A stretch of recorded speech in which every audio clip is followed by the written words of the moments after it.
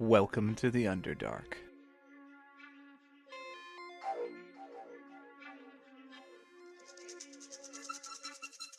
In today's video, we're going to be making LED shelf mushrooms. So I've started by taking 3 rocks, texturing them with a blade, hot gluing them together, and slicing them in half. That way I'll have easy access for the LEDs later. I've also taken some XPS foam and previously hit it with a little bit of clear coat nail polish to burn away a little bit at the foam and give me these recesses, which I'm going to fill with hot glue as kind of a mushroom mold.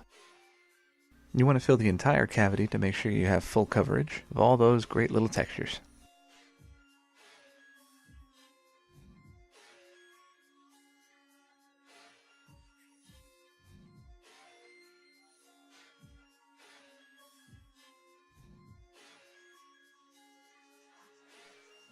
At this point I noticed that there were some air bubbles, so I tried to extract them with limited success.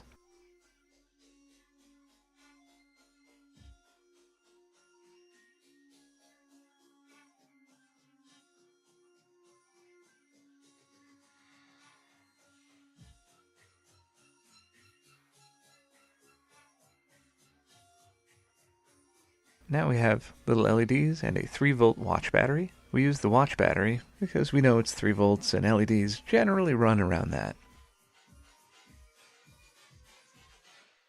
Twist them all together, positives to positives, negatives to negatives. You could just wire them straight up. The reason why I'm twisting them together is because we want them all running in parallel, meaning all of the positives and all of the negatives attaching to one side, so you're not just running them down a line in series. That way we only need this one power source and we don't have to worry about drop voltage. Don't worry about drop voltage, it's fine. I've got a wooden dowel about the same size as the LEDs, and I'm just kind of making room for them.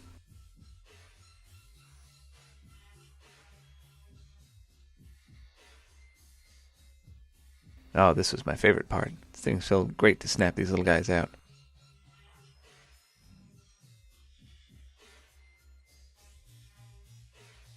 They still had some residue from the, I guess from the clear coat. Maybe if I had some sort of mold release, that might have been better, but whatever. First try, they're looking pretty good. Just gonna cut those in half. Should be wearing gloves. And a little bit of crud off. Alright, now we're checking to see if they fit.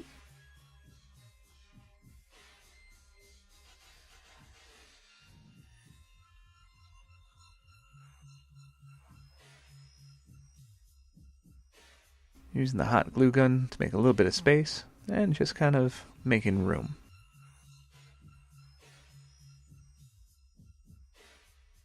Once again, should be wearing gloves. Not smart.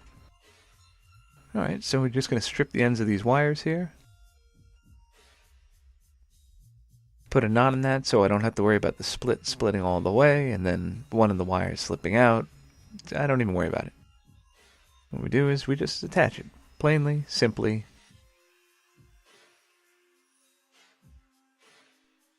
And then I cover it with hot glue because hot glue insulates and makes sure we don't have to worry about any sort of shorts in the circuit.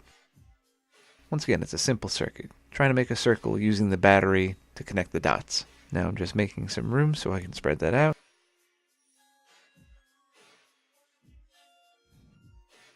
Double check that it works. Always good to do that at every step of the way, because then you don't get too far and realize, oh no, where did it go wrong? So now I'm just making room for the backside of that, sealing it together, filling in the gaps. I know this isn't the best way to do it, but for a test run, this is working pretty well.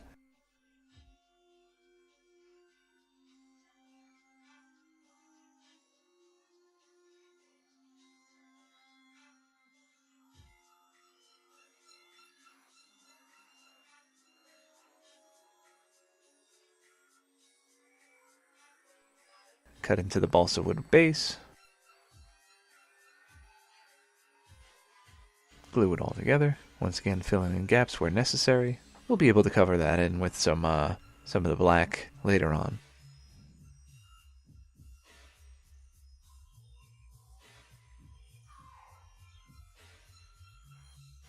Alright, now we're on to texturing.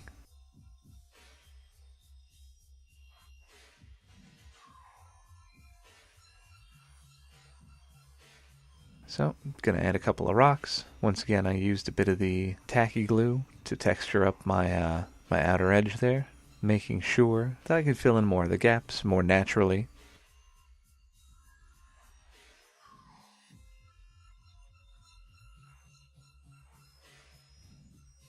Then I added some of the regular rocks, some of the smaller rocks, and a bit of sand, just to make sure everything's good.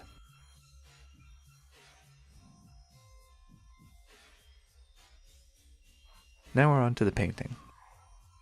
Usually I like to block out where I know that I don't want paint, just to make sure that I can avoid that accidentally. Because with this black paint mixture, don't want to be wasting time. This is the easy part. Get all coverage, make sure you get the edges of the balsa wood as well. Now I'm getting close to the end, and I'm going to do a bit more detailing work here, and just really minimize getting the black on the actual hot glue.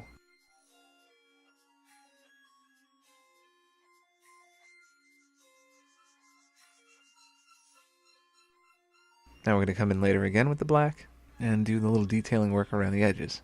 As you'll notice that there's bad camera work.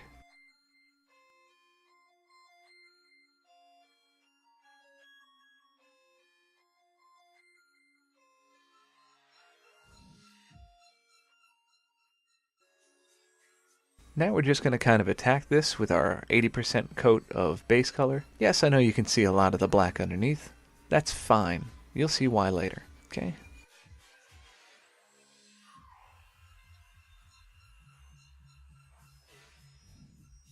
Now we're going to go back in with the detail color. And I like to work in an up and down manner at this point, because then that'll allow you to kind of give it a light source. Just top down.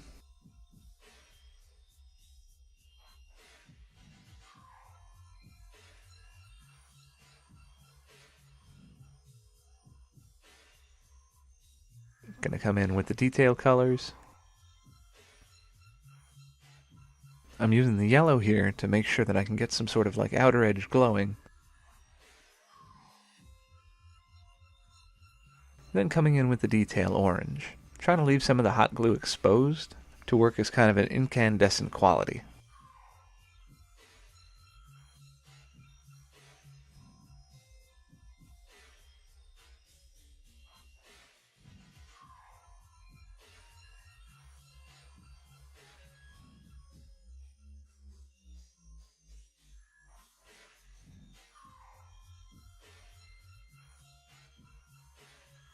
Now I'm coming around with the orange to make the glow a little more, I don't know, warm.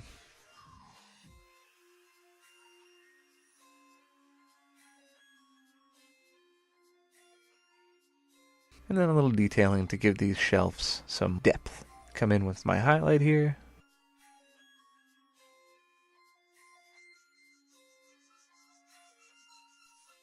Just to peek the edges, checking to see if it works again.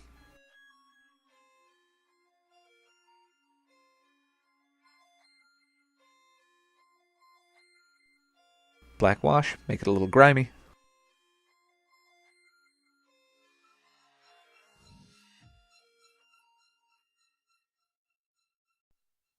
And there we have it.